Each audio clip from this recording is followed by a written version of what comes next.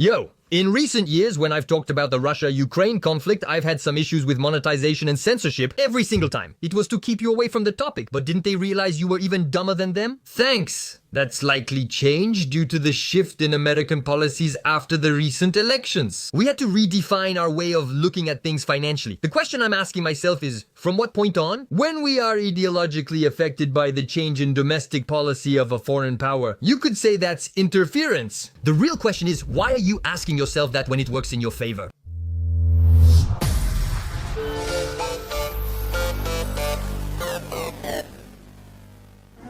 We wanted to see what the Americans who export democracy to unlikely parts of the world look like. Maybe I'm picky, but I'd say democracy is something you import. Because if it's the Americans who are exporting it, that means the idea doesn't come from the will of the people, which is a bit paradoxical when we're talking about democracy, isn't it? Paradox. All right, let's pack it up. I'm thirsty. To meet them, you have to go to another equally unlikely place, the Gulf of Bishkek, the Kyrgyz capital. I was kind of expecting a gulf with an E, you know, a body of water jutting into the land, because yeah, that does sound unlikely. He stayed on his path, found his way, and regained faith and heart. Around this table, the representatives of the main American organizations present on site. All right, we won't talk about the plastic patio set, the interior, but it's a real topic. Mike Stone, 52 years old, a former journalist, leads the association Freedom House, which is responsible for defending press freedom. Freedom House is like the older big brother of Reporters Without Borders. But instead of judging the level of democracy only through press freedom, they actually judge the overall level of freedom and fundamental rights. So their idea is to judge others based on their own country's standards? Strangely, no. France and the United States aren't in the top 20 for press or overall freedom. Throughout the entire Macron era and the entire Biden era, and even long before that, I'd almost be tempted to say it's not even impressive, but that doesn't stop them from giving lessons. We could have even asked for the opinion of Freedom North Korea or the famous headless reporter from Afghanistan. I also examined the state of freedom and democracy in Kyrgyzstan today, 20 years after this documentary. Well, I hope Mike Stone has improved his swing, because otherwise he was there for nothing. I'll read a brief passage from Freedom House's Wikipedia page to provide more ideological context. Freedom House is historically linked to the World Anti-Communist League. They're not superheroes. To the international resistance movement, as well as to government organizations such as Radio Free Europe or the CIA. Hey, the CIA is like the USID strange, because you have to believe that all the non-governmental organizations, but still funded by the American government, they all more or less have dealings with the CIA. During the 40s, Freedom House supported the Marshall Plan and the establishment of NATO. Full marks. Brian Campbell, 48, has spent 15 years in Kyrgyzstan and leads the USID office focused on development aid. USID, I already covered this in the video. It was a main funder of Reporters Without Borders. A strong supporter of democracy defenders, showing that development aid begins with effective communication. David Greer, 43 years old, a lawyer responsible for training the Kyrgyz in market economy. Training the Kyrgyz in market economy. If they're developing, you have to tell them which beer to buy with their $2 an hour. By the way, I'm starting to have trouble speaking now. At first I wondered why he was here, but that was just my bias assuming it was negative. I thought he wanted to push Kyrgyzstan into capitalist globalization. Wow, modern society wants the whole world to be able to buy the same pastries, man. Democracy and economic development are closely connected. That's a fact. However, the remaining question is... Still pending. However, the powerful bargainers, the toothless Pandora's Box and Pandemonium, are still pending. Man, oh no, I broke my flow, man. We know that a stable and prosperous economy requires democratic governance to maintain its stability. But is the opposite true? That's true. Do you need economic development to become a democracy? Well, a capitalist democracy? Yes, I understand. For the United States or the European Union, democracy implies capitalism. That's true for the whole free world. We need it. Even though objectively I think they're a bit opposed, because democracy aims for equality, while capitalism is inherently unequal. But well, let's admit it. First surprise, everyone here fully embraces their role. Surprisingly, that's true. In 2005, he could still embrace it, but 10 years later, and especially now, that's no longer the case. After several setbacks and declining public opinion, it's definitely harder to accept interference now. The beginning of the documentary showed us the different revolutions funded by the Americans. 2001, Velvet Revolution in Serbia. 2003, Rose Revolution in Georgia. 2004, Orange Revolution in Ukraine. 2005, Tulip Revolution in Kyrgyzstan. It wasn't in 2014 in Ukraine, yes, but there was also the one in 2004. Between the two, democracy was short-lived. It's amusing, since funding a candidate in another country's election isn't really non-interference. Let's be clear. When France pushed for a head of state to come to power in Africa, not great. Gaddafi sponsoring Sarkozy's campaign, not great. The Russians interfering in many elections, not great. Sponsoring a revolution when the result of an election doesn't align with our democratic values. It's great only if we use a flower name or a pretty color. This logistics, these unlimited financial resources are, of course, essentially American. Almost $60 million was spent in Ukraine during the election year. Well, after all, if it's only to import freedom and democracy into areas that lack them. Indeed, there may be a difference between good American interference and devious Russian interference. American policy in Kyrgyzstan is to export the market economy. In the interest of the United States? Oh yeah, they shamelessly admit it. That's one way to put it, but did they say that only to French reporters, or is that how they presented the project over there? Didn't they ever think that it would come out one day? Of course, but not right away. The plan was to expose them to economic globalization, but not to information globalization.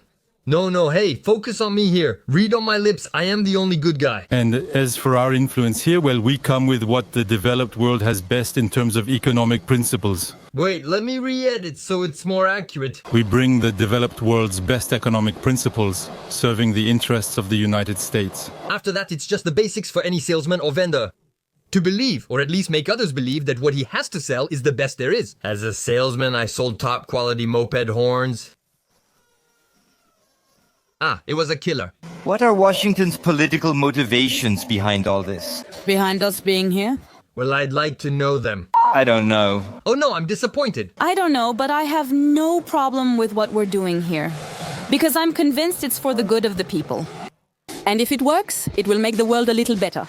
No, that level of responsibility isn't possible. And to obey without asking any questions. First of all, we have to admit we kinda got brainwashed after World War II by the American wealth life. But that must be nothing compared to all the propaganda Americans have received. Seriously! When there are very few minds deciding which path to take and everyone below just follows blindly. What level of democracy are we talking about here? I don't think imperialism is a bad thing if it means free elections, an independent judiciary, and a free press. No, but your friend just explained it a moment ago, that the goal was to export the market economy in the interest of the United States. And everything else was just a way to achieve that. Free media is required for our communication and advertising. We're experienced, while they're a century behind in propaganda. We're going to crush them. An independent judiciary means it can be corrupted by anyone, not just the state. As for free elections, it's the illusion of choice that makes them feel responsible for voting by listening to our messaging. And what if they don't vote the way they're supposed to? That means there was cheating, at least according to the democracy observers who, incidentally, work for us. That's exactly what we're doing here. Very good. Well, you know what? It turns out, looking back, well, actually, no, it wasn't very good. Economically, it's fine. After Kyrgyzstan's 2005 revolution, they needed another in 2010. Yeah, the parliamentary regime was becoming increasingly corrupt. Well, they had to have a revolution every 5 years to be able to keep a democracy, capitalist-friendly government. We can't let them have doubts about the benefits of globalization and about exclusive economic exchanges with the free world. Except that in 2020, it was one annulment of parliamentary elections too many, so the country became an authoritarian regime again, according to Freedom House. Honestly, I don't care what Putin thinks since he was the KGB chief. So we know his reactions by heart, and it doesn't matter at all. Wait, if they really know his reactions by heart, that would mean they manipulated him to put the world in danger, that they forced him to go to war against Ukraine. Clearly this documentary hasn't aged well. Mike Stone knows the KGB's methods. Before Kyrgyzstan, he perfected his swing in Hungary, then in Belarus. Same routine every time. He moves to a country, funds the opposition, and they end up representing him. Unfortunately, usually that's not enough to directly change the outcome of the election. But, well, besides that, since we go all out with communication about the possibility of fraud, and in the end, we're the only judges, we can strike back right away with annulment, revolution, or the opposition's victory. Then comes phase 3, profit. The new government embraces globalization and a market economy led by American hegemony. In the interest of the United States. Let's agree democracy is the best political system available. Is imposing it quickly, without taking into account a country's mentality, culture, and will, a good thing? And is that a democratic method? Democracy is all positive. There's no question about it, as Churchill said. It's funny because those who think it's a good thing to impose it are usually outraged by the fate of Native Americans who are still being forced into modernity today, even though they're in a democracy. Lucky them.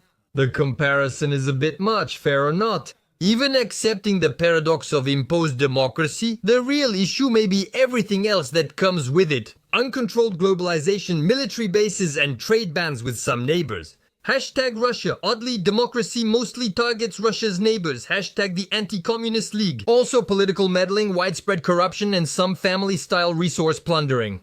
Ukraine is a great example that meets all the criteria. 2004's Orange Revolution brought Viktor Lutsenko to power, but he performed so poorly that in 2010 he received just 5% of the vote. Then came the new president, Viktor Yanukovych. It seemed you had to be named Viktor then. He refused the agreement with the European Union and aimed to restart an active dialogue with Moscow. Well, the revolution in 2014, which led to the beginning of the Russo-Ukrainian War, 8 years before Russia invaded Ukraine. The difference with Kyrgyzstan is that, in Europe, the European Union usually interferes when it happens. Yes, but we have to fight against Russian imperialism. They're crazy. Clearly, Russian imperialism isn't just about drinking vodka. So either we condemn both, well, all three, including the European Unions, or if we accept them, then we take them into account before making a statement on the subject. Paradoxical, why take drugs? I say, let's go, what's the point? I've never been good at math. Oh, Gabriel Apolita, he's here. I'm outraged, son of outrage. If you want another paradoxical one, type on the keyboard. If you want another paradoxical one, type on the keyboard. Thank you for the enthusiastic excitement surrounding the release of the latest episodes. And as always, thank you to everyone who comments, who likes, who shares, and those who type. However, I'm going to qualify that. In the interest of the United States,